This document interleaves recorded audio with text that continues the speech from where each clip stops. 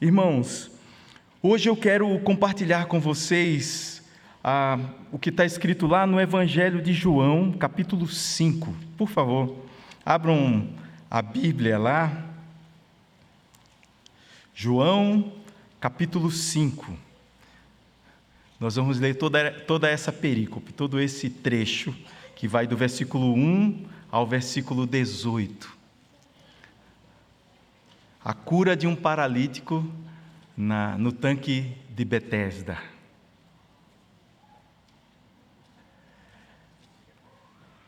Passadas essas coisas, deixa então, já que ele começou assim, explicar que coisas são essas, né? Jesus tinha vindo da Judéia para a Galileia, e enquanto estava lá, um oficial do rei, entende-se que era o rei Herodes Antipas, o tetrarca da Galileia. Esse funcionário dele tinha um filho que estava doente, e Jesus então cura aquele rapaz à distância. Diz para ele: olha, teu filho está curado.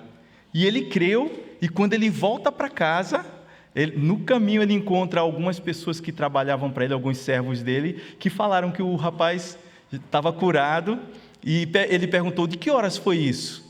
Aí eles disseram, e ele comparou e viu que era exatamente a hora que Jesus tinha falado que o filho dele estaria curado. Então, passadas essas coisas, Jesus então, havia uma festa dos judeus, e Jesus foi para Jerusalém. Existe ali, junto ao portão das ovelhas, um tanque chamado em hebraico Betesda, o qual tem 5 pórticos. Neste jazia uma multidão de enfermos, coxos, cegos, paralíticos, esperando que a água se movesse, porque um anjo descia de tempos em tempos agitando-a. E o primeiro a entrar no tanque, uma vez agitada a água, sarava de qualquer doença que tivesse. Estava ali um homem enfermo, havia 38 anos. Jesus, vendo-o e sabendo que estava assim, havia muito tempo, perguntou: você quer ser curado? Então respondeu o enfermo: Senhor, não tenho ninguém que me ponha no tanque quando a água é agitada. Quando tento entrar, outro enfermo chega antes de mim. Então Jesus lhe disse: levante-se, pegue o seu leito e ande. Imediatamente, a palavra é essa, imediatamente o homem se viu curado e, pegando o leito, começou a andar. E aquele dia era sábado. Por isso, os judeus disseram ao que tinha sido curado: é sábado, e neste dia você não tem permissão para carregar o seu leito. Ao que ele lhes respondeu: o mesmo que me curou me disse: pegue o seu leito e ande. Perguntaram-lhe: quem é o homem que disse a você: pegue o seu leito e ande? Aquele que tinha sido curado não soube responder, porque Jesus tinha se retirado por haver muita gente naquele lugar. Mais tarde, Jesus o encontrou no templo e lhe disse: olhe que você foi curado. Não peques mais, para que não lhe aconteça coisa pior. O homem se retirou e disse aos judeus que tinha sido Jesus quem o havia curado. E por isso os judeus o perseguiam Jesus, porque fazia essas coisas no sábado. Mas Jesus lhes disse: meu Pai trabalha até agora, e eu também trabalho. Por isso, os judeus cada vez mais queriam matá-lo, porque além de desrespeitar o sábado, também dizia que Deus era o seu próprio Pai, fazendo-se igual a Deus. E Ele é, não é? Glória a Deus, glória a Jesus. Vamos orar? Senhor, já foi pedida a Tua bênção sobre a exposição da Tua palavra. que nós queremos agora, Senhor, é te agradecer, porque a tua palavra é a verdade, é a vida, é a nossa vida, é a nossa regra única de fé, de prática. Então, Pai, em nome de Jesus, recebe a nossa gratidão por aquilo que já falaste através da leitura. E recebe a nossa gratidão, Senhor, porque é para nós aquilo que tu registraste na tua Escritura. Em nome de Jesus, amém. Amém. Esse evangelho, o evangelho de João, é o último evangelho escrito dos sinóticos, né? Nós temos Mateus, Marcos, Lucas, e aí já perto do final do século, entre 85 e 90, João escreveu este evangelho. E ele, no final do evangelho, ele coloca qual é a finalidade desse evangelho. Ele escreveu lá em João capítulo 20, versículo 31 assim, que esse evangelho, ou essas coisas foram registradas para que creiais que Jesus é o Cristo, o Filho de Deus, e para que crendo tenhais vida em seu nome. João fala que muitas outras coisas Jesus Cristo fez, e nem daria para registrar todas elas, todas as coisas, todas as maravilhas que o Senhor fez. Na verdade, nós escolhemos este fato, pensando em talvez continuar caminhando sobre os milagres que Jesus Cristo fez nesse Evangelho, que alguns deles estão só aqui, como esse agora, que é a cura do paralítico, né?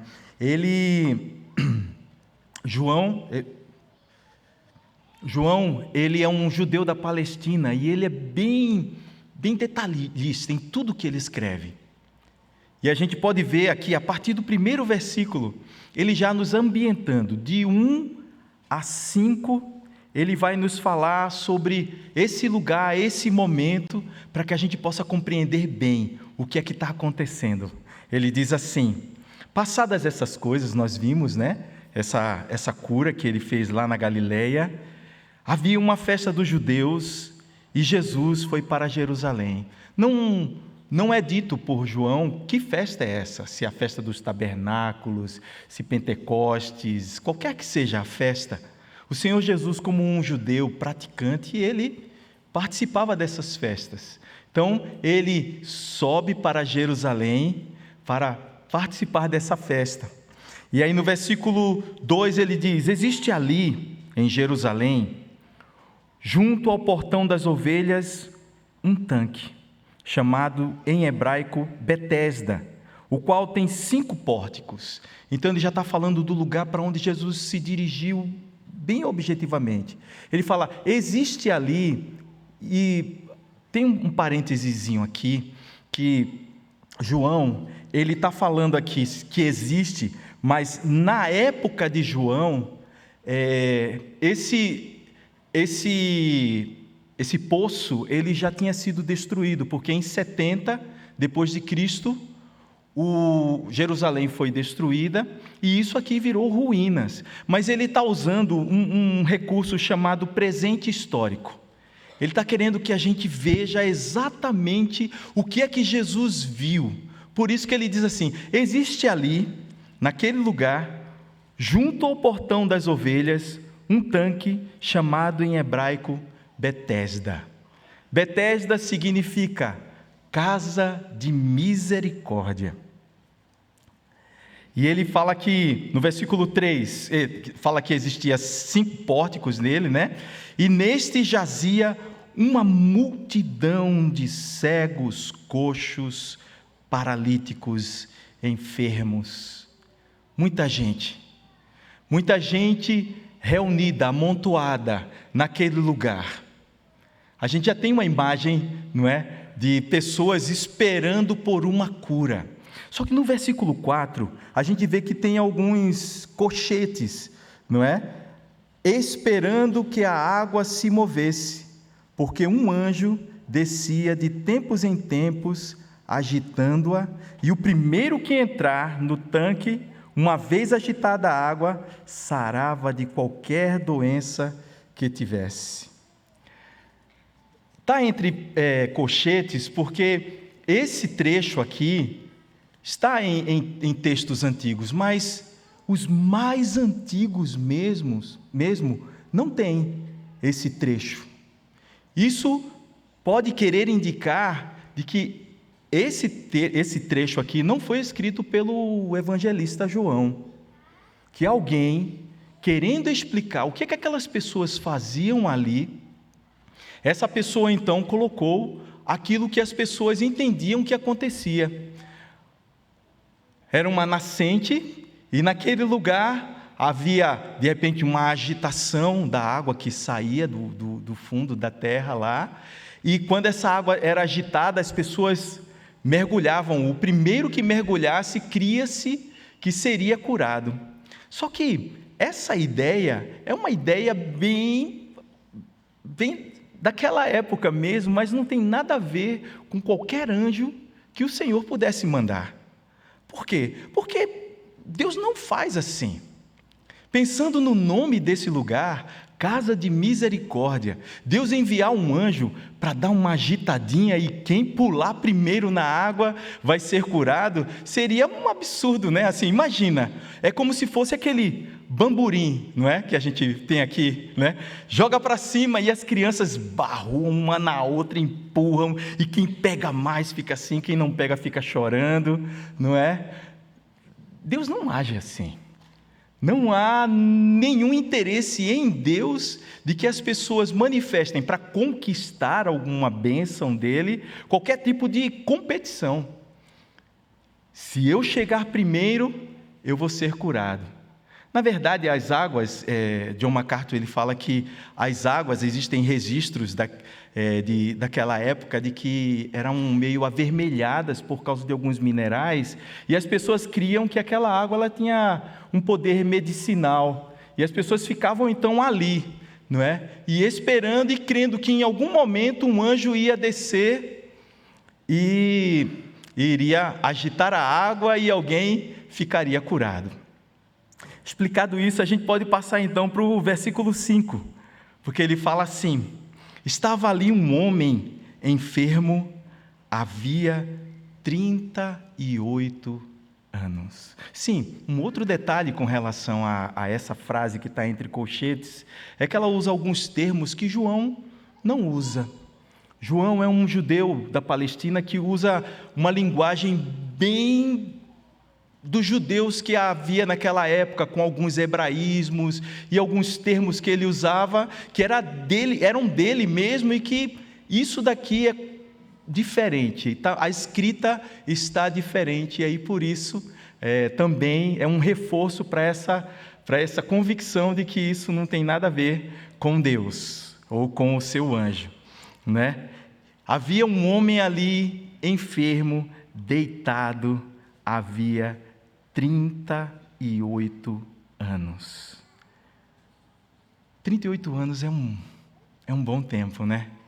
Eu tenho 53 e a minha impressão é que há 10 anos atrás eu tinha 38. É muito rápido, a vida corre muito, mas 38 anos é tempo suficiente, pelo menos, para que as pessoas ali ao redor conhecessem aquele rapaz. Não é assim? Na rua onde a gente estaciona um carro com frequência, a gente, mesmo que estacione durante um ano, a gente começa a conhecer o guardador ou a pessoa que vende alguma coisa, confeito na rua, o que quer que seja, a gente acaba conhecendo essa pessoa, né? Imagino que esse homem era bem conhecido, que muita gente havia passado por aquele lugar, havia morrido, e ele assistiu tudo isso. E ele estava lá, esperando um momento para ser curado, num lugar que era conhecido como Casa de Misericórdia. Um homem miserável junto com muitos outros miseráveis, esperando pela misericórdia do Senhor. A partir do versículo 6, a gente vê então o encontro de Jesus com esse homem. O que o texto fala é que Jesus vai direto para ele, e vai exclusivamente para ele, porque Jesus tinha planos com esse encontro. Jesus Cristo vai a ele, versículo 6 diz assim: Jesus, vendo-o deitado e sabendo que estava assim havia muito tempo, perguntou: você quer ser curado? Jesus já sabia da necessidade daquele homem. E Jesus faz uma pergunta estranha, não é? Pergunta para uma criança, né? Você quer um pirulito? Não é? Você quer um chocolate? Você que está doente, você quer ser curado? Mas essa pergunta não é estranha à nossa vida cristã. Assim como Jesus Cristo conhecia a vida daquele homem, Ele conhece também as nossas necessidades. Mesmo assim, nós precisamos expressá-las em oração. Ele estabeleceu esse princípio. A gente sabe que Ele sabe, mas a gente participa da bênção dEle, dizendo exatamente para Ele aquilo que nós precisamos. Então Jesus pergunta para ele algo que pode parecer absurdo, mas que é importante. Ele quer ouvir a voz daquele homem, afirmando o seu desejo. Ele ouve a nossa voz. O pastor Ronaldo Lidório fala que o problema da oração é que Deus ouve. Problema bom, não é? Que bênção, né? Ele diz, não, já sei, né? Às vezes eu vou falar uma coisa, alguém faz um comentário e Rani está presente, né? E aí, num momento assim de luz, eu lembro daquele comentário, mas esqueço que Rani estava do lado. Aí eu faço assim, Rani, sim, inclusive aquilo outro. Eu estava lá, Luciano, não é? O Senhor, Ele faria assim, tá certo, eu ouvi. Ele, quando é questionado no versículo 6, você quer ser curado? No versículo 7, então, ele responde, Senhor, não tenho ninguém que me ponha no tanque quando a água é agitada. Está vendo? Então, a pessoa, o escriba, o copista, que acrescentou aquilo, quis explicar antes para que a gente compreendesse. Mas essa história, por não ser uma história real, por não ser a forma como Deus age, então ficou entre colchetes e mantido ali, para que também a gente pudesse saber que quando a água era agitada, aquele homem estava sozinho e completamente incapacitado de correr para mergulhar. Ele até se arrastava e tentava chegar, mas alguém corria e pulava primeiro, segundo ele. E aí ele diz assim, que quando tento entrar, outro enfermo chega antes de mim. Que história triste, não é? Que vida constantemente em atenção. Eu fico imaginando, porque depois de 38 anos ele ainda está lá. Isso quer dizer que sozinho, a família dele já tinha esquecido. Não tinha ninguém que pudesse estar junto dele para ajudá-lo em suas necessidades. E é isso que é absurdo ou contraditório em relação ao nome daquele lugar. Que misericórdia tem a ver com uma necessidade que alguém tem por estar em miséria mesmo, em dificuldades. Esse homem vivia o tempo todo ali, esperando a misericórdia de alguém. Uma suposta misericórdia de alguém que pudesse dizer assim, puxa vida, esse rapaz aqui está há tanto tempo, deixa ele entrar primeiro. Isso não existia para ele. Ele tinha que ficar atento o tempo todo, esperando.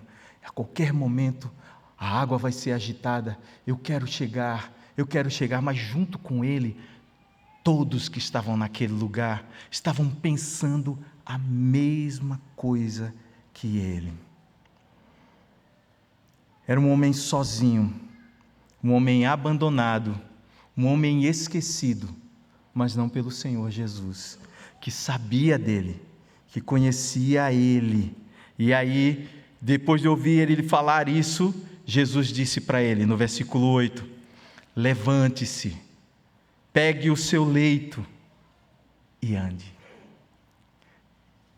Veja, o Senhor Jesus não esperou fé nele, não esperou que ele manifestasse qualquer coisa a não ser o desejo de ser curado.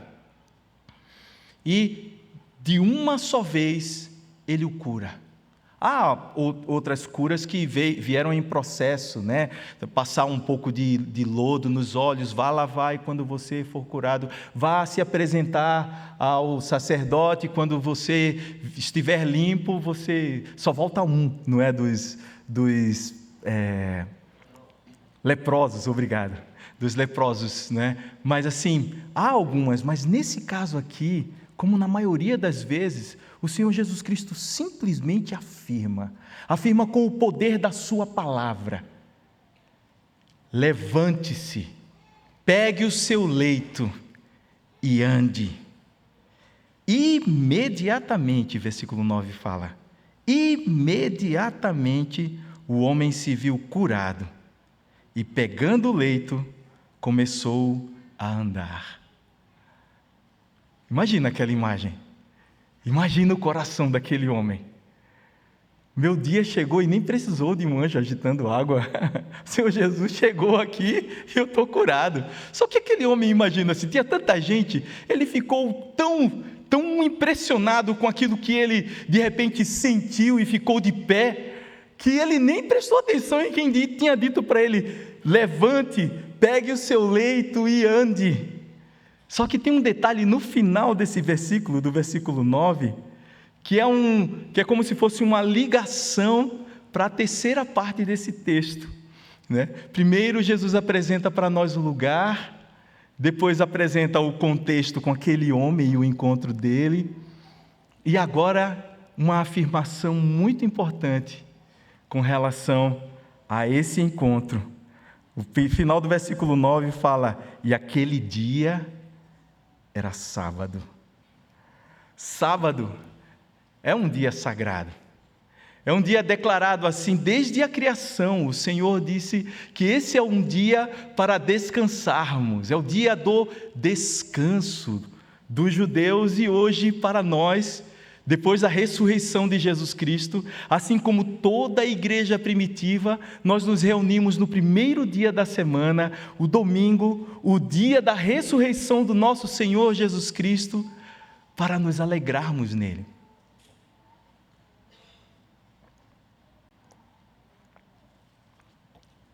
É um dia importante para nós. É um dia feliz. É um dia que é um privilégio. É um dia que é um benefício oferecido a todo aquele que crê no Senhor. É um dia para descansar de todas as coisas e buscar a Deus. Amar ao Senhor de todo o coração durante toda a vida, mas reservar esse dia para Ele. Não é uma tarefa. O domingo, ou o dia do descanso, o Shabá, não é uma tarefa. Não é um trabalho penoso, é uma alegria, é um privilégio, é algo para se usufruir, mas é para se usufruir pela fé. A gente precisa crer em Deus para poder usufruir. E quando a gente duvida de Deus, a gente começa a remendar a nossa vida, não é? Jesus fala lá em Marcos, no capítulo 2, versículo 27, assim: o sábado foi estabelecido por causa do homem, e não o homem por causa do sábado.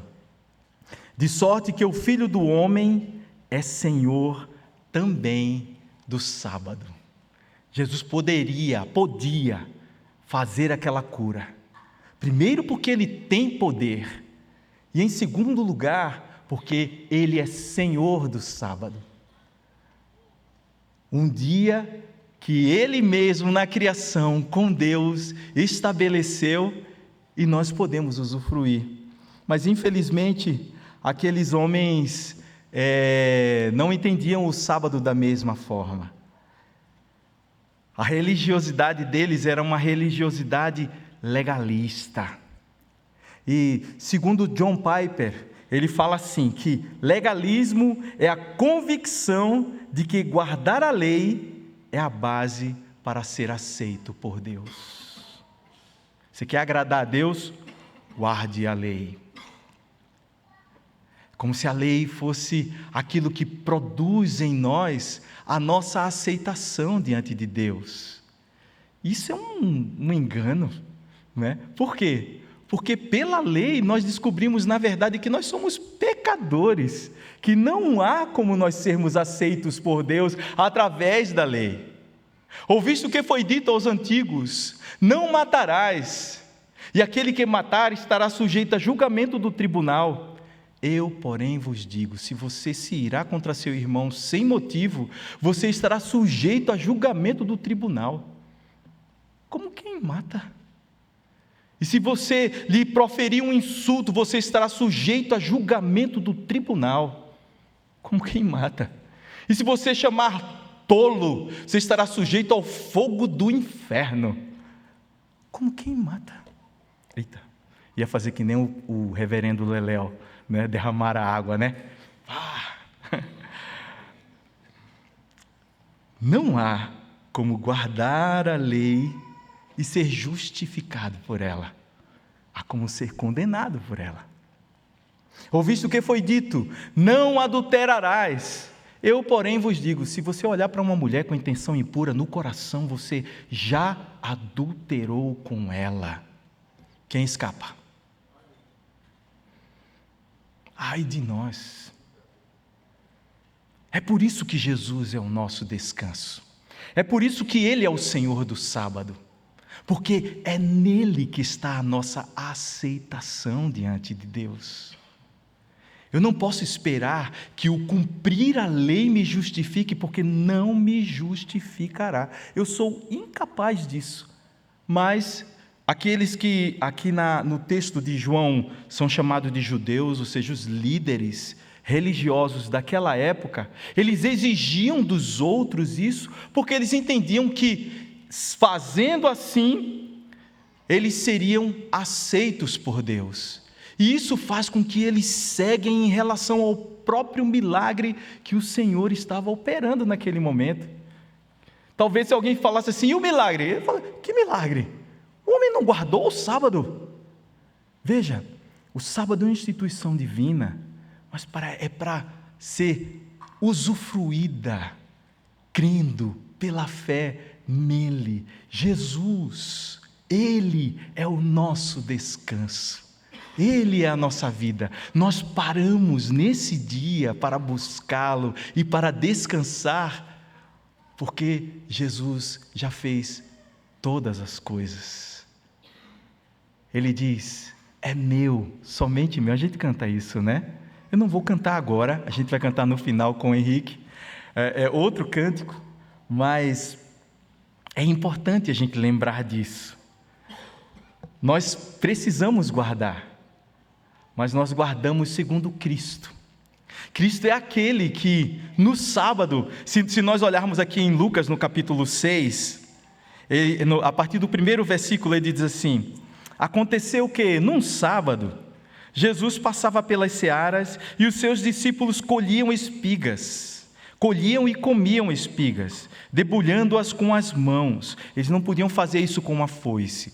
Na lei havia essa concessão para que com as mãos pudesse ser colhido por aquele que estivesse com fome. Não era uma providência divina, mas era sábado. E por isso que Lucas começa dizendo, e aconteceu que num sábado. E aí o versículo 2 diz assim, e alguns dos fariseus lhe disseram, por que vocês fazem o que não é lícito aos sábados? Jesus tomou a palavra e disse, vocês nem ao menos leram o que Davi fez quando teve fome?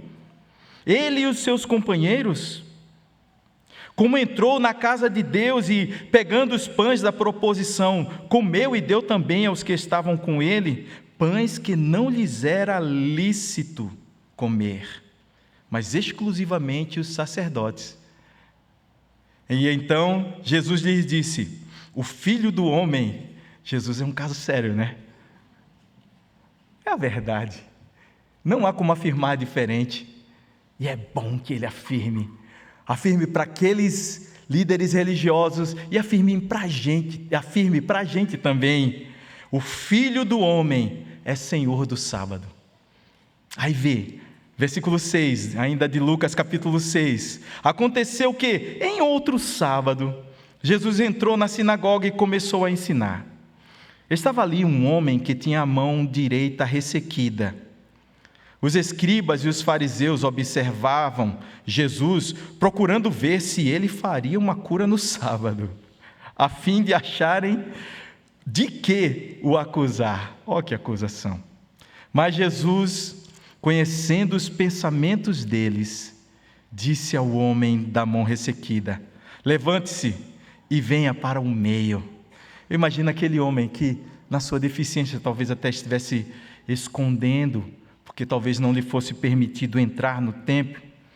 E aí ele, levantando-se, ficou em pé.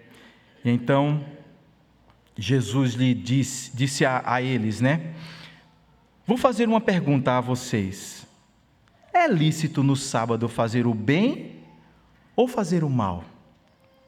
Salvar uma vida ou deixar que se perca? Então, Jesus, olhando para todos os que estavam ao seu redor, imaginando assim, esperando que alguém pudesse levantar a voz e falar alguma coisa, disse para aquele homem: estenda a mão. E ele assim o fez, e a mão lhe foi restaurada. Mas eles se encheram, vê só, eles se encheram de furor e discutiam entre si quanto ao que fariam contra Jesus. A religiosidade, ela pode ser a fonte da perseguição no meio do povo que olha para a palavra de Deus e vê nela a oportunidade de encontrar méritos pessoais para chegar diante de Deus. Só que diante de Cristo, nós chegamos completamente desprovidos de qualquer coisa que possa nos promover, seja ao céu, seja a presença de Deus aqui na terra mesmo. Não há. O legalismo, a religiosidade, pode nos cegar de enxergar a Deus no meio da igreja. E por causa de mandamentos que são seguidos para se agradar a Deus, perseguir os irmãos. Era isso que acontecia naquela época. E isso também é algo que pode tomar o nosso coração. Nós podemos ser enganados com relação àquilo que nós fazemos para Deus. E acharmos que aquilo que nós fazemos para Deus agrada a Deus. E, na verdade, aquilo que nós podemos fazer para Deus, só o fazemos porque alguém agradou a Deus em nosso lugar. O único que poderia agradar a Deus é aquele que nós reputamos ser o nosso descanso, Jesus. E agora nós obedecemos a Deus e descansamos nele por causa de Cristo. E não mais para agradar a Deus. Não é a causa do agrado de Deus, é o resultado de se agradar no Senhor e ser abençoado. Ele satisfará o desejo do nosso coração se nós nos agradarmos dele. Ele é a nossa alegria, ele é o nosso alvo. E tudo que fazemos precisa ser feito porque nós o amamos e viemos da sua presença. Versículos 11 e 12 então dizem assim: perguntaram-lhe: quem é o homem que disse a você, pegue o seu leito e ande? Aquele que tinha sido curado não soube responder, porque Jesus tinha se retirado, por haver muita gente naquele lugar. Então, naquele momento, aquele homem levanta e agora procura Jesus e não mais o encontra. Mas no versículo 14 diz assim: mais tarde, Jesus o encontrou no templo e lhe disse, olha as palavras de Jesus: olhe que você foi curado, não peque mais, para que não lhe aconteça coisa pior.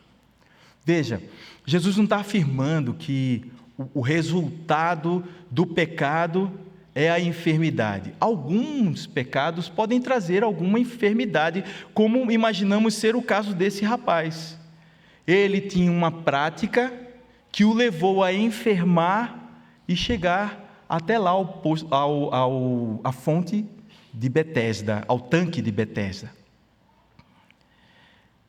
E aí Jesus Cristo está alertando ele. Encontra ele no templo, ou seja, ele era um judeu que estava agora aproveitando a oportunidade de ir ao templo, isso no mesmo dia, mais tarde, diz o versículo 14, e Jesus diz para ele assim: olha, você foi curado, presta atenção nisso, não peque mais, para que não lhe aconteça coisa pior.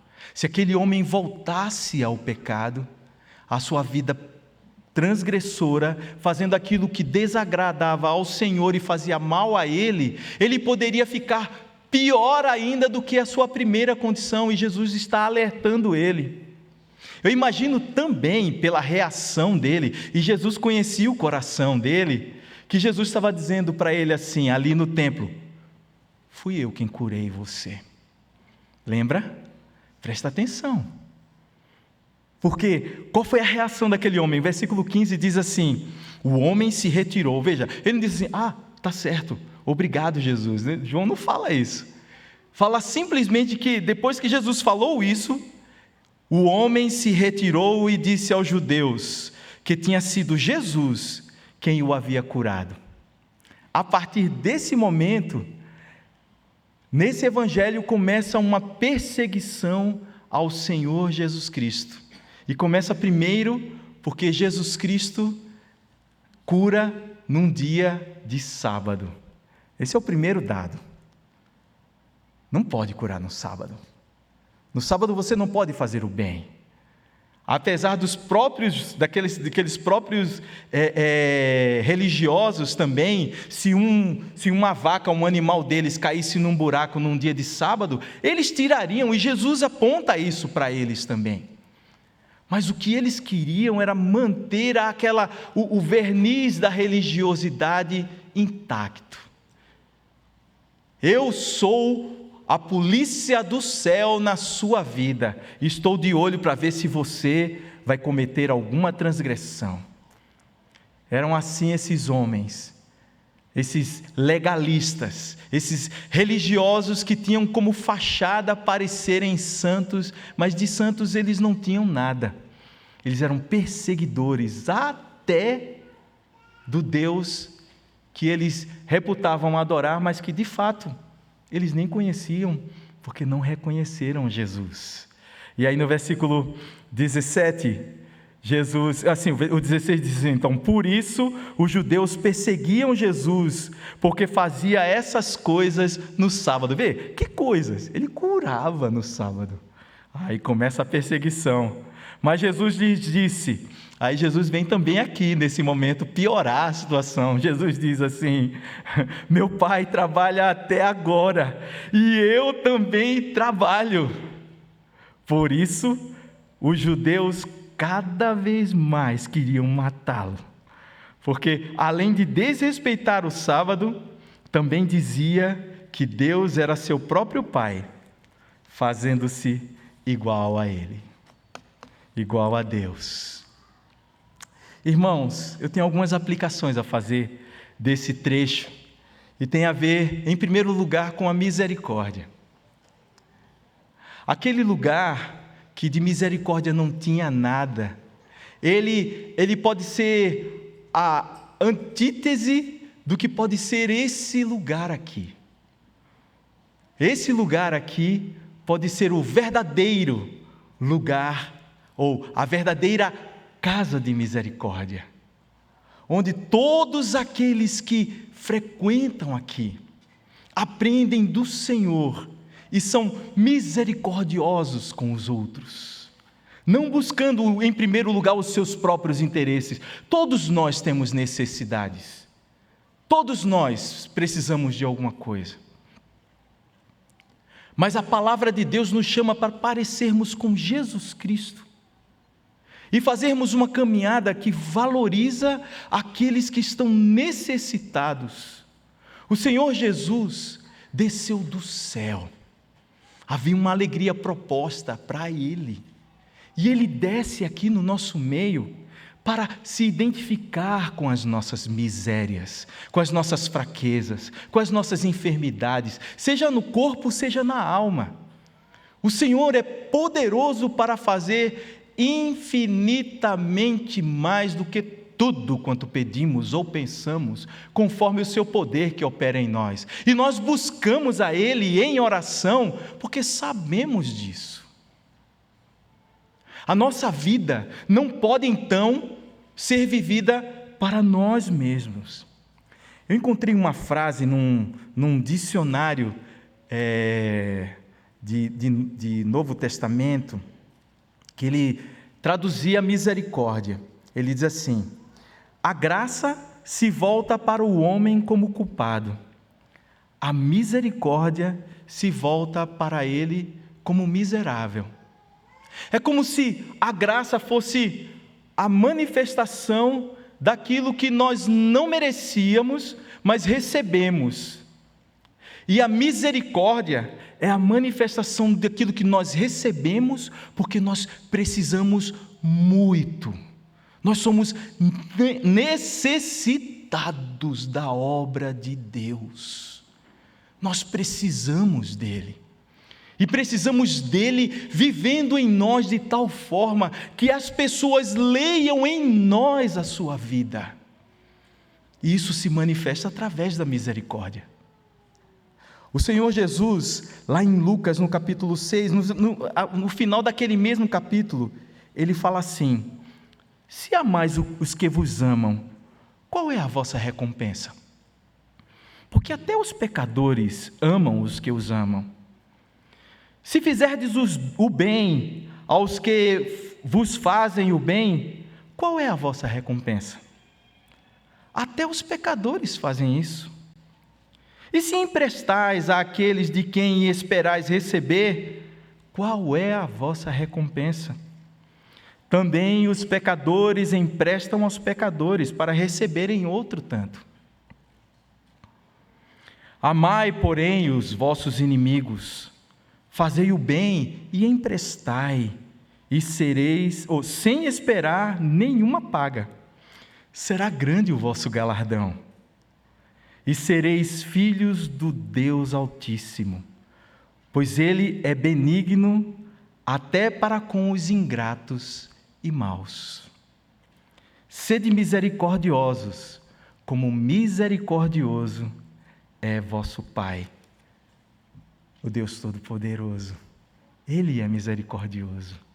Aqui é Betesda. Aqui é o lugar onde nós ouvimos falar dele. E daqui nós saímos para imitá-lo, para vivê-lo, para a glória dele, por causa dele, né? Porque dele, por meio dele e para ele são todas as coisas, a ele, pois, a glória eternamente. Aleluia. Amém. A verdadeira Betesda é a igreja do Senhor Jesus Cristo. Sejamos igreja do Senhor. Em segundo lugar, o legalismo crê que nossas boas obras tornarão Deus propício a nós, não é? A ideia de que posso agradar a Deus fazendo coisas que Ele ordenou. Deus me chamou para orar, para jejuar, para evangelizar, todas as coisas que nós fazemos. Nós podemos fazê-las, mas nós não podemos fazer achando que podemos barganhar com Deus. Olha, Senhor, eu sou uma bênção. Olhe, se eu ver a emoção com que eu toco o violão, aleluia, né? Glórias a mim, né? Quase isso. Nós não podemos achar que o Senhor está propício a nós, porque nós oramos todos os dias, porque nós jejuamos, porque nós vimos a igreja. Nada disso. O Senhor já providenciou a nossa recepção, que nós precisamos simplesmente obedecer.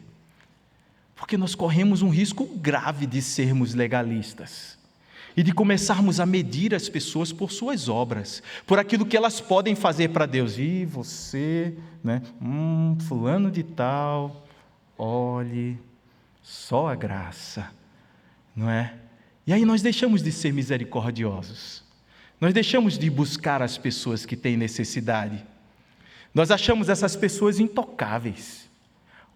Não chama fulano não, porque ele não tem nível espiritual para estar entre nós, não é? Você já viu fulano de tal alguma vez na reunião de oração? Nunca, não é? E aí a gente começa a fazer julgamentos que são, na verdade, manifestação da nossa desgraça, da nossa miséria. É como se nós passássemos esse recibo para todo mundo. Olha como eu sou um miserável legalista. Eu preciso do Senhor, porque o meu coração é tentado constantemente a me achar bom demais. Quando eu faço alguma coisa que alguém diz assim, olha, que bênção, num outro momento, o meu coração quer concessões. Eu começo a pensar assim, Senhor, naquele momento eu fiz uma coisa tão boa, que agora eu tenho direito aqui a essa indulgênciazinha, besteira. O meu coração é desesperadamente corrupto, ele é enganoso, eu tenho que prestar atenção a ele, e tenho que saber que o meu Deus me ama, mas Ele não me ama porque eu faço as coisas dEle, Ele me amou antes disso, Ele não muda por causa das coisas que eu faço, mas eu as faço porque eu o amo profundamente. Eu quero andar com Ele, eu quero conhecê-lo cada vez mais. Mais uma aplicação, irmãos.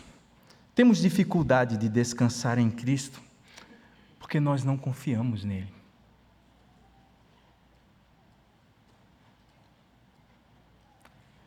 Talvez alguém diga assim, olha, eu não descansei, deixa eu explicar aqui, porque foi que eu não descansei, porque foi que eu trabalhei mais e corri mais assim, inclusive no dia do Senhor, porque eu não estava cansado. Essa afirmação não serve. É como se eu estivesse dizendo assim, o Senhor não é sábio, o Senhor não sabe de nada, eu sei melhor como viver. Claro, a palavra de Deus mostra que em questões de misericórdia e de necessidade, nós podemos trabalhar. Existem muitos irmãos nossos que são motoristas de ônibus, que trabalham em lugares que no domingo estão abertos e numa escala acabam trabalhando, não é? Médicos trabalham também no domingo. É algo que na nossa sociedade é comum acontecer e não é pecado. Não peca quem por necessidade, ou quem manifestando misericórdia também serve as pessoas no dia do descanso. O problema é quando nós estamos tão preocupados com a nossa vida, com o nosso sustento, que nós estamos aceitando qualquer coisa. E estamos até pensando no que fazer nesse dia, porque nós supostamente precisamos desse dia também para ganhar alguma coisa. Confiar no Senhor significa olhar para todas as nossas necessidades, e são muitas, e dizer, toma, Senhor, cuida, porque hoje é um dia muito importante, é um dia especial, é um dia para eu me deleitar no Senhor, é um dia para eu descansar, é um dia instituído pelo Deus Todo-Poderoso desde o princípio, antes da lei, e foi colocado na lei porque era importante. Mas, Senhor, glória ao Teu nome, por Tua sabedoria. E eu falo isso como alguém que quebrou porque não descansou. Aquilo que eu achava era que as pessoas precisavam muito, ou que eu era extremamente útil e eu não poderia descansar. Nas férias eu deixava o meu celular ligado. Finais de semana eu estava assim, parar, oxe, de jeito nenhum, ninguém pode me chamar de pastor preguiçoso. Quebrei por desobediência ao 4º mandamento. Porque eu não confio no Senhor como eu deveria confiar. Não há desculpas. O que há é uma ordem para nosso benefício, que nós até podemos rejeitar, mas nós pagaremos o preço, que será muito mais caro do que aquilo que nós poderíamos conseguir desobedecendo o Senhor, ou obedecendo ao Senhor, no caso, muito mais caro. É dele que vem todas as coisas. Tudo que é bom e perfeito vem do alto, descendo do Pai das luzes, em quem não há mudança e nem sequer sombra de variação. O grande milagre da casa de misericórdia de Betesda é um milagre de crer de todo o coração, que não é aquilo que eu produzo que me faz aceito por Deus, mas é a certeza de que tudo quanto Deus faz, tanto em relação ao dia do descanso, como em relação àquilo que Ele ainda vai fazer na minha vida, tudo que Ele faz é bom. Nós cremos assim? Amém? Amém, igrejinha?